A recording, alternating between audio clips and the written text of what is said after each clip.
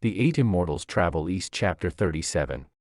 Imagine a battlefield where, like, brilliant military strategy relies entirely on a woman giving birth on horseback. Right, which sounds completely absurd. It really does. Oh, and she is doing this right in the middle of a massive cannon barrage. Naturally.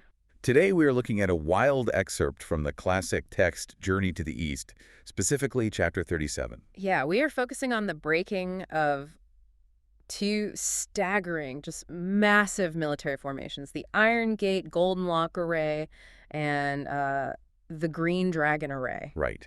And the reason we're tearing into this particular source for you today is that it completely subverts how you might think about ancient warfare. It really does. It is not what you expect at all. I mean, it takes cold, calculated logistics, throws in brutal hand-to-hand combat, and then just, collides all of it with supernatural magic. And, well, the raw, unpolished reality of human biology, which is honestly my favorite part. Our mission today is to decode exactly how the author weaves those conflicting elements together.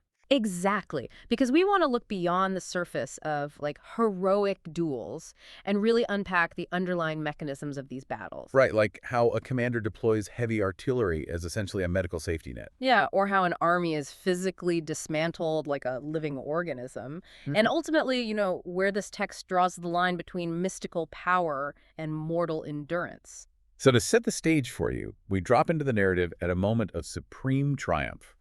Emperor Zhenzong is just elated. Oh, he is thrilled. He has just secured this hard-fought victory over the northern barbarians, and a major adversary, Huang Qunnu, has finally surrendered. So the mood is incredibly victorious. Everyone is celebrating. But the narrative barely lets you catch your breath.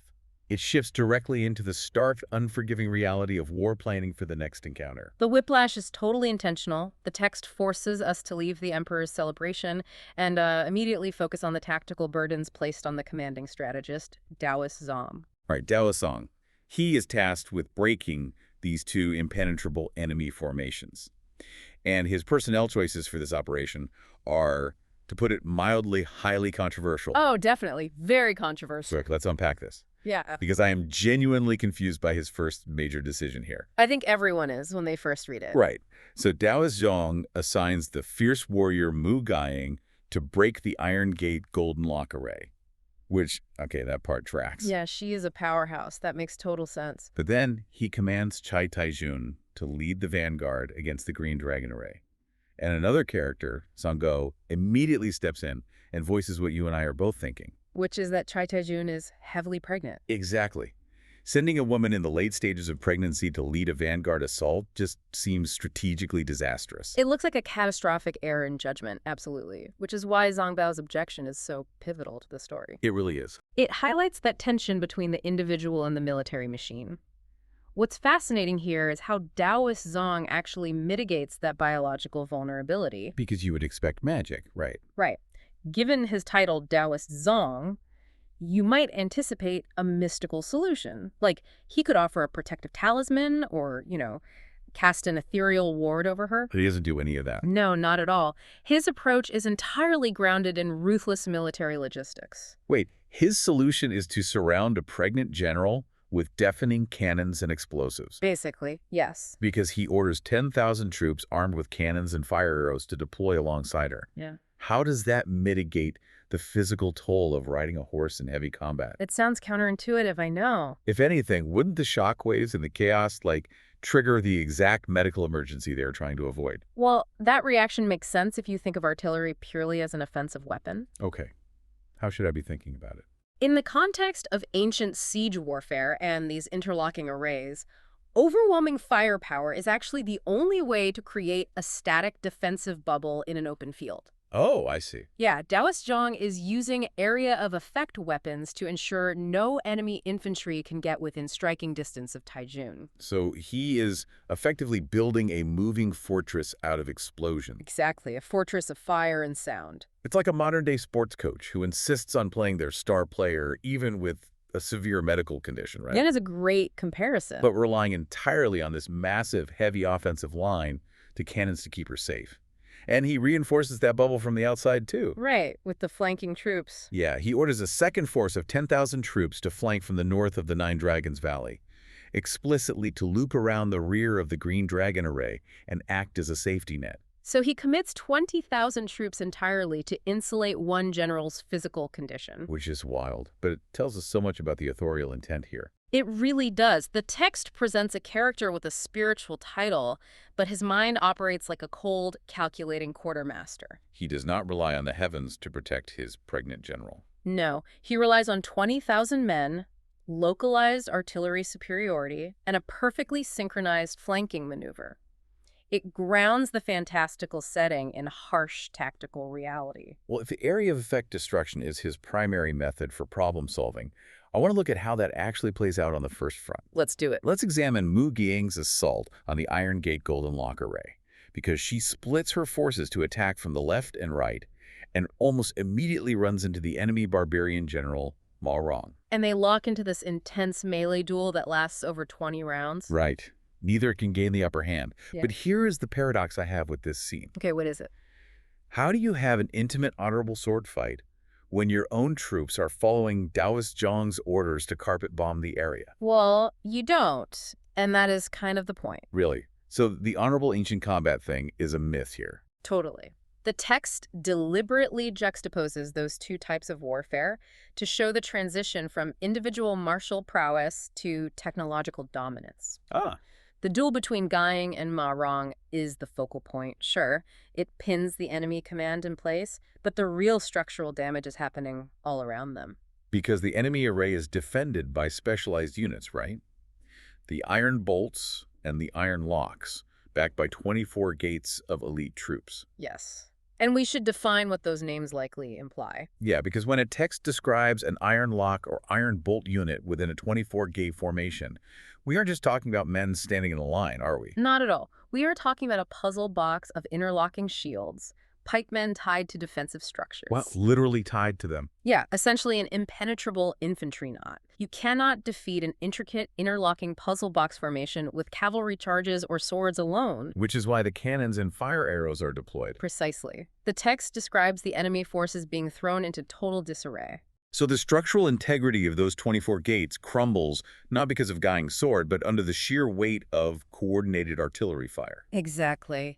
It paints a terrifying picture for anyone standing on that field. Oh, I can't even imagine. The death toll is widespread, the noise is deafening, and the elite barbarian formations just melt. And Gaing capitalizes on that specific moment of structural collapse. She lets out a powerful shout, strikes down Ma Rong, and the array shatters. Which proves Taoist Zhong's reliance on overwhelming firepower was correct for that specific problem. It was. The Iron Gate Golden Lock Array was rigid, so it could be shattered by blunt force. But that raises a critical challenge for the second objective, doesn't it? It sure does. You cannot use the exact same blunt force approach on the Green Dragon Array. Because it is designed to move and react differently. Here's where it gets really interesting. The Green Dragon Array requires absolute surgical precision. It is a completely different beast, literally. Right. Taijun arrives with a force of 30,000 troops. And the way they begin dismantling this formation feels like watching an attack on a modern supply chain. Or a literal anatomy lesson. Yeah, the enemy formation isn't just a geometric block. It is structured, both practically and symbolically, as a living beast. If we connect this to the bigger picture, commanders in these ancient texts treat those beast formations with the utmost seriousness. So calling it a dragon isn't just for show. No, the dragon has a head, a belly, whiskers, and claws. These aren't just colorful names. They represent specialized divisions of the army with distinct logistical functions. And Taijun issues incredibly specific orders. Like, she sends the warrior Meng Liang with 10,000 elite troops to seize the Nine Curves Yellow River water. Right. And then they plan to push out through the Dragon Claws. What does seizing the water actually mean in terms of battlefield mechanics? It refers to controlling the vital flow of the battlefield. The Nine Curves Yellow River water likely represents a crucial geographical choke point. Okay, so like a valley pass. Yeah. Or perhaps the central logistical artery connecting the different segments of the enemy forces.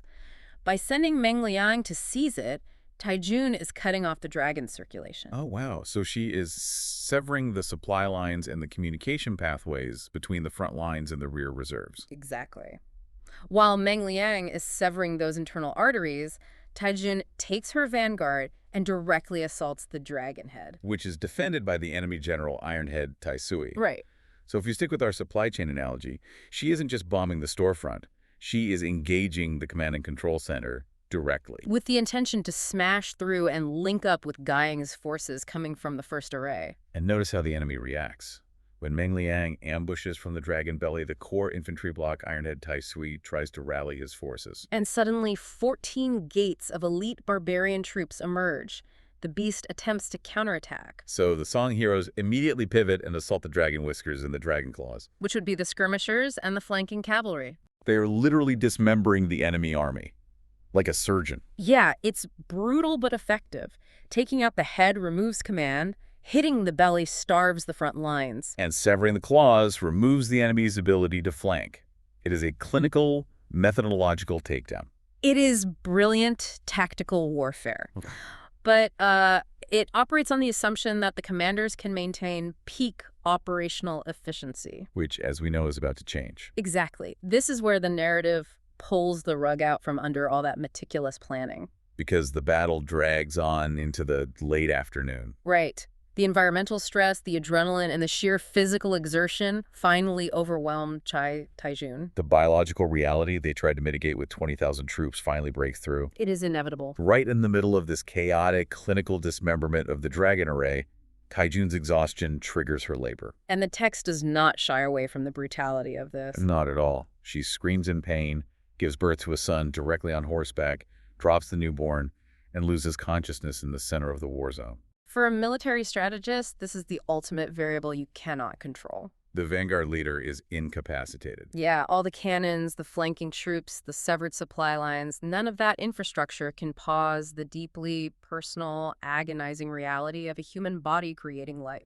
And the barbarian general, Ironhead Tai Sui, immediately recognizes the command structure has collapsed. He sees the opening. He charges his horse forward, weapon raised, intending to execute the unconscious Taijun and rout the leaderless Song army.